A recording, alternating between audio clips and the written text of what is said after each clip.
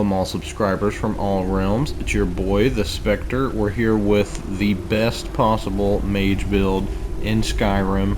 Yeah, let's head to the laboratory. So yeah, we're in the laboratory. So first thing you guys are going to need on this build, most important thing, well, definitely won't be the first thing you get, but the number one thing you need to make this build work is maximum enchanting. Now if you go to my skills here, you can see my enchanting is only a 15, but it's because I just made it legendary to get the skill points back, because I enchanted all the gear I needed. Thankfully never need to enchant anything ever again.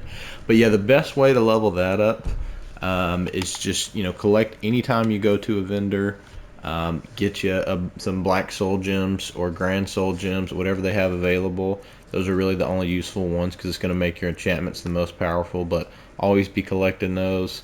And then you can get a skill actually in your conjuration tree, which I highly recommend. So just for weaker enemies, you're going to want to build up to bound weapons, cast soul trap. So then anything you hit with a bound sword will just automatically go into a soul gem. So that's the best way to get soul gems. Just always buy those. Any vendor you go to, you should just buy them no matter what, I promise, because you're never gonna have enough grand stones or enough black soul gems. So make sure and buy those.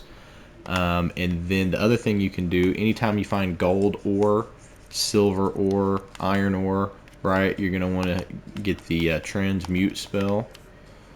That's that can be found pretty early on. I think it's at there's a Forsworn cave by Whiterun, a Forsworn camp, and they'll have it, or there's a camp there. Let's see, I'll show you guys where that is actually. There's a camp over by Whiterun. Let's see. It's this one here, Halted Stream Camps. If you go there, you'll learn the transmute spell, and as you can see, that'll turn that into silver ore, turn the silver ore into gold ore. But yeah, just come here, make some gold rings. That'll level your smithing up, right? And if you have diamonds, you can do a gold diamond ring, and it'll level it up even more. See, pretty big chunk it went up there. But yeah, smithing, just if you end up wanting to add some armor to the build, it's useful to have. But after you make the 2 rings, you can come over here and enchant it. The first enchantment you need that you're going to want to find, obviously this isn't for the build, but it just gets you the most value out of your gems. Fortify sneak on anything for some reason. As you can see, even casting it at base level enchanting, this necklace is going to be worth 3,000. And I have nothing in my enchanting. So basically giving you infinite money, right? You can level up your enchanting at the same time. And I have chest and chest full of just rings that are enchanted. I have so much money, it's ridiculous, right? So you'll have a lot of money, and you'll have, like, check this out. Look at all these. But yeah, you'll have a lot of money. So you can use that to buy soul gems.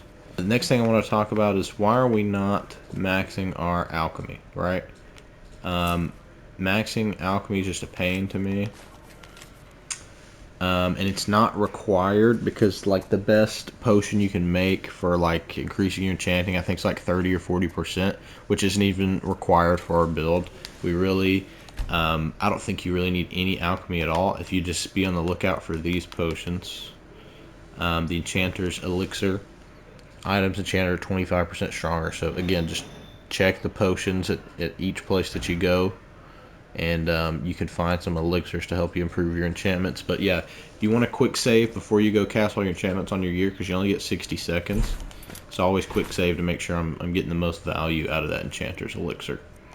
Because if I accidentally put a wrong enchantment on or something like that, then I'm like, oh man, that was my only elixir. What am I going to do, right? So show you what enchantments you're going to put on the armor now. This is the super most important part of the whole build. Let's go look at, as you see, I named everything. I even had time to do that, right? So you guys can do it. But yeah, so restoration spells cost 28% less, destruction spells cost 28% less. So obviously you have to have the top enchanting skill to be able to cast that. And then if we go to the circlet, again, 28% less, 28% less. The gauntlets, you can pretty much put whatever you want on these, however you like to play. I do like to summon a bound bow or a bound sword every now and then, just if I'm feeling, like somebody is just really needing to be stabbed. And then we go to the ring again. You can put whatever you want on the ring. I just did this because I hate getting shocked and losing my mana. It's not really a problem with this build, but it's just I hate getting shocked. So, and then alteration spells. So sometimes if you don't have, for example, the Jagged Crown, and this is a legit Jagged Crown, by the way. There's no mods. If you guys want a video on how to get this legit, just comment. I'll let you know. But I'm sure there's a million out there. But yeah, so the ring, if you have the Jagged Crown or you have a Falmer helmet that you can wear a circlet with, then you can put whatever you want on the ring. So that's why this has anything. But if you don't have something you can wear a circlet with, I would recommend putting the destruction and restoration spells reduction on the ring as well, because you need at least, as you can see by the math, you need at least 4 items with this on there, because Skyrim's so cool, it will actually let you reduce the cost of the spells to 0.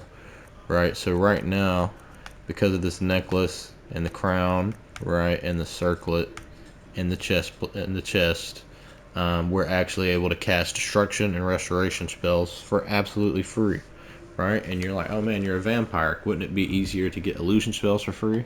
Yeah, I mean, you do get the 25% reduction, right? They're 25% more powerful, but a lot of the bosses, you know, illusion spells literally don't work on. Even if you have the master version, it's not going to do anything. So destruction and restoration is going to be your best option. If we go into our spells here, you can see all the restoration spells we have cost 0. All the destruction spells we have, everything costs 0 mana. Alright, so let's go into our next topic, and then you guys can get to enjoying the build. And as you'll see, it's broad daylight. It doesn't matter. I'm a vampire. It's broad daylight. It doesn't matter, right? Because, oh yeah, and also I put fire resistance on my boots, and it makes it not matter that I'm a vampire, right? So see, we've got multiple enemies. We'll go with Unbounded Storms. And this is the best. We've got multiple enemies.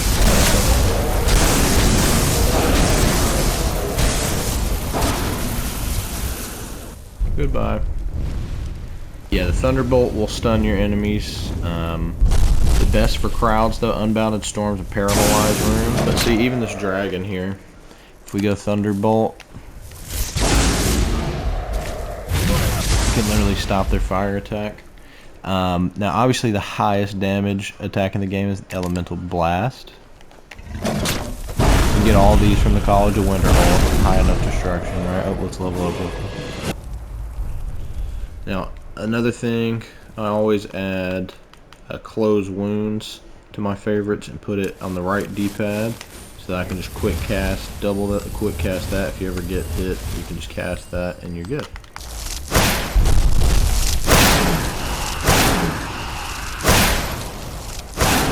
So even Icy Spear, any of those, makes it where the big enemies literally can't move. Even works on giants.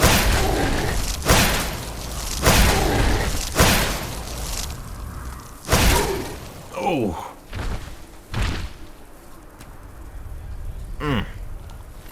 Yeah, the only other spell I wanted to throw in as an honorable mention, you guys. If you have a lot of human enemies with bows and whatnot, Paralysis Rune, super useful. But yeah, this footage is actually from before the build was finished. But yeah, an entire group of enemies here you'll see goes down to the Paralysis Rune.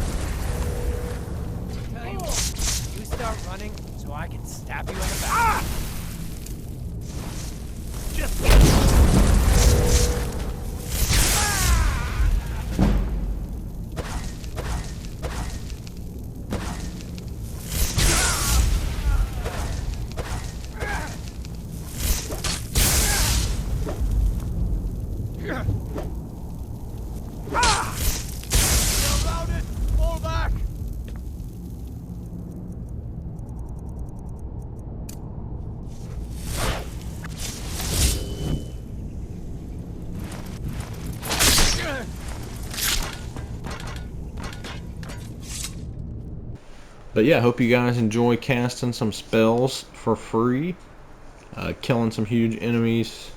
Don't forget about your wards, right? If you want to tank a dragon, you can do that with a ward. Yeah, but anyways, could talk all day about the build, but that's the basis of it. I'm interested to see, if you guys have any other takes on it in the comments, what else you do with your wizards, let me know. Peace.